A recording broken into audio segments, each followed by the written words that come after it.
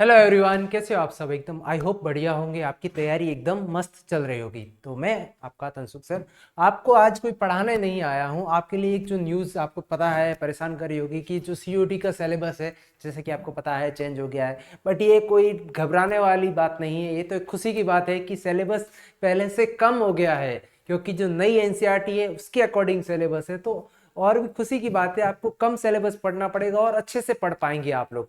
तो सिलेबस थोड़ा सा है, 5 मिनट की बात है, देख लेते हैं। उसके बाद में कोई टाइम वेस्ट नहीं करना है आपको, और आपकी तैयारी में एकदम जोर लगा देना है आपको। ठीक है, तो देख लेते हैं कि जो सीयूटी का सिलेबस उसमें क्या चेंजेस हुआ है। जैसा कि मैंने आपको बताया कि जो सिलेबस है उसमें ऐसा कोई नया बहुत ज़्यादा चेंजेस नहीं हुआ है। जो आपकी एनसीईआरटी है, जिसको हम आपका सब कुछ मानते हैं, तो पहले जो पुरानी एनसीईआरटी थी उसमें अकॉर्डिंग था सीयूटी का। अब जो है एनटीए ने बता दिया है कि जो सारा सिलेबस है वो जो नई वाली एनसीईआरटी है उसके ही अकॉर्डिंग है। तो हम कंपैरिजन करके पुरानी और नई एनसीईआरटी के अकॉर्डिंग भी आपको बता देंगे। बस एक बार देख लेते हैं नई वाली एनसीईआरटी में क्या क्या है और पुरानी वाली में क्या था, वो भी मैं आपको बाद में बता दूंगा। तो ये तो एनसीईआरटी का ही इंडेक्स है जो मैं आपको बता देता हूँ कि एनसीईआरटी का जो फर्स्ट चैप्टर है अब जो है sexual reproduction in flowering plant.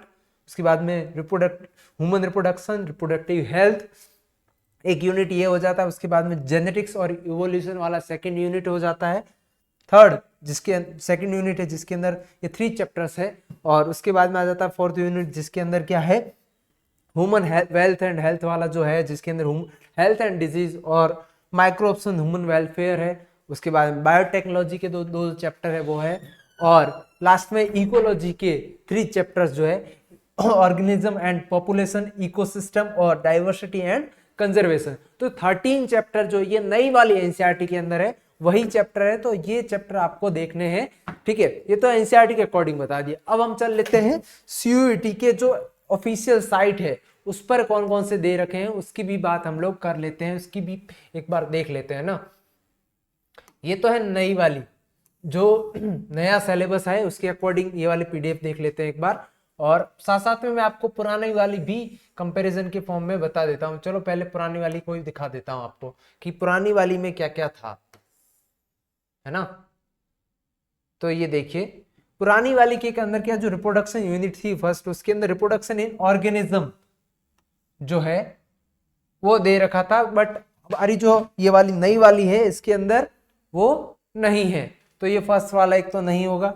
ठीक है, उसके बाद में यदि हम बात करें नेक्स्ट जो है ये ह्यूमन रिप्रोडक्शन हो गया। ठीक है, वो तो अभी वाली में भी है, रिप्रोडक्टिव हेल्थ है अभी वाली में भी है, जेनेटिक्स एंड इवोल्यूशन ये पूरा पूरा है। ठीक है, फिर यदि हम बात करते हैं बायोलॉजी एंड ह्यूमन, इसके अंदर ह्यूमन हेल्थ एंड डिजीज है और माइक्रोब्स एंड ह्यूमन वेलफेयर ये वाला है। और ये बीच में जो चैप्टर है फूड प्रोडक्शन वाला, ये वाला चैप्टर नहीं है। ठीक है, उसके बाद नेक्स्ट हम बात करें तो बायोटेक्नोलॉजी के 2 चैप्टर है, ये अभी भी ऐसे कैसे हैं। ठीक है, और लास्ट में हम बात करते हैं इकोलॉजी के अंदर। तो जो ये फर्स्ट चैप्टर है ना ऑर्गेनिज्म एंड पॉपुलेशन, इसका भी बहुत सारा पोर्शन है वो हटा दिया गया है। ठीक है, बायोटिक फैक्टर्स वगैरह। और जो ये लास्ट चैप्टर है जो इन्वायरमेंटल इशू है ये पूरा हटा दिए गए। तो बहुत सारे चैप्टर्स है आपके और कुछ चैप्टर्स के पार्ट्स हैं वो हटा दिए गए हैं, जिससे आपको क्या फायदा होने वाला है कि आपको कम सिलेबस पढ़ना पड़ेगा।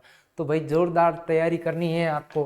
और नया वाला सिलेबस का बुलेटिन है वो भी पीडीएफ हम एक बार देख लेते हैं 2025 के अकॉर्डिंग जो है। ठीक है,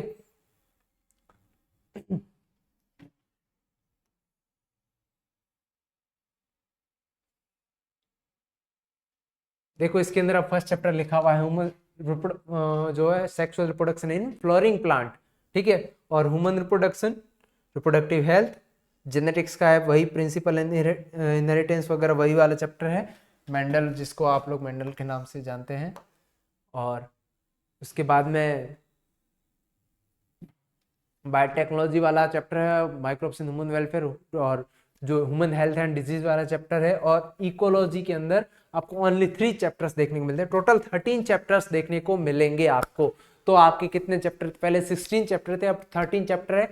और कुछ चैप्टर ऐसे हैं जो आधे बचे हैं, पहले थे पूरे अब उसमें से आधे ही है। तो आपको क्या फायदा होने वाला है कि आपको आधा सिलेबस कम हो गया है, काफी सिलेबस कम हो गया है। तो ये तो एक गुड न्यूज है। बहुत से टीचर्स हैं ऐसे आपको देखने को मिल रहे हो कि ये क्या हो गया, ये तो बहुत गड़बड़ हो गया। ऐसा कुछ नहीं है, आपके लिए बेनिफिट है, कम सिलेबस है, बार बार पढ़िए, रिवाइज करिए जल्दी। और हमारा बैच जो है आप लोगों के लिए, आपके लिए बहुत कुछ कर रहा है, तो साथ साथ हमने अपना है कि बैच लॉन्च भी किया है, तो वो भी आप जाकर हमारे डिस्क्रिप्शन में चेक कर सकते हैं। और बस पढ़ते रहिए अच्छे से, ऑल द वेरी बेस्ट। जितना हो सकता है पढ़ते रहिए, फालतू के इधर उधर में अपना टाइम वेस्ट मत करिए, क्योंकि आपका टाइम बहुत इंपॉर्टेंट है। सिलेबस तो ज़्यादा कुछ चेंजेस नहीं हुआ है, उल्टा आपके फायदे के लिए बात है। ज़्यादा पढ़ लिए तो कोई दिक्कत नहीं, ऐसा कुछ नहीं ज़्यादा ऐड हो गया है, कुछ भी नहीं हुआ है, ठीक है, उल्टा कम हुआ है। तो सिलेबस में तो कोई दिक्कत नहीं है, आप लोग कर लेंगे। अभी टाइम बहुत है आपके पास, 2 महीने हैं, आप अच्छे से पढ़ सकते हो, अच्छे से कर सकते हो।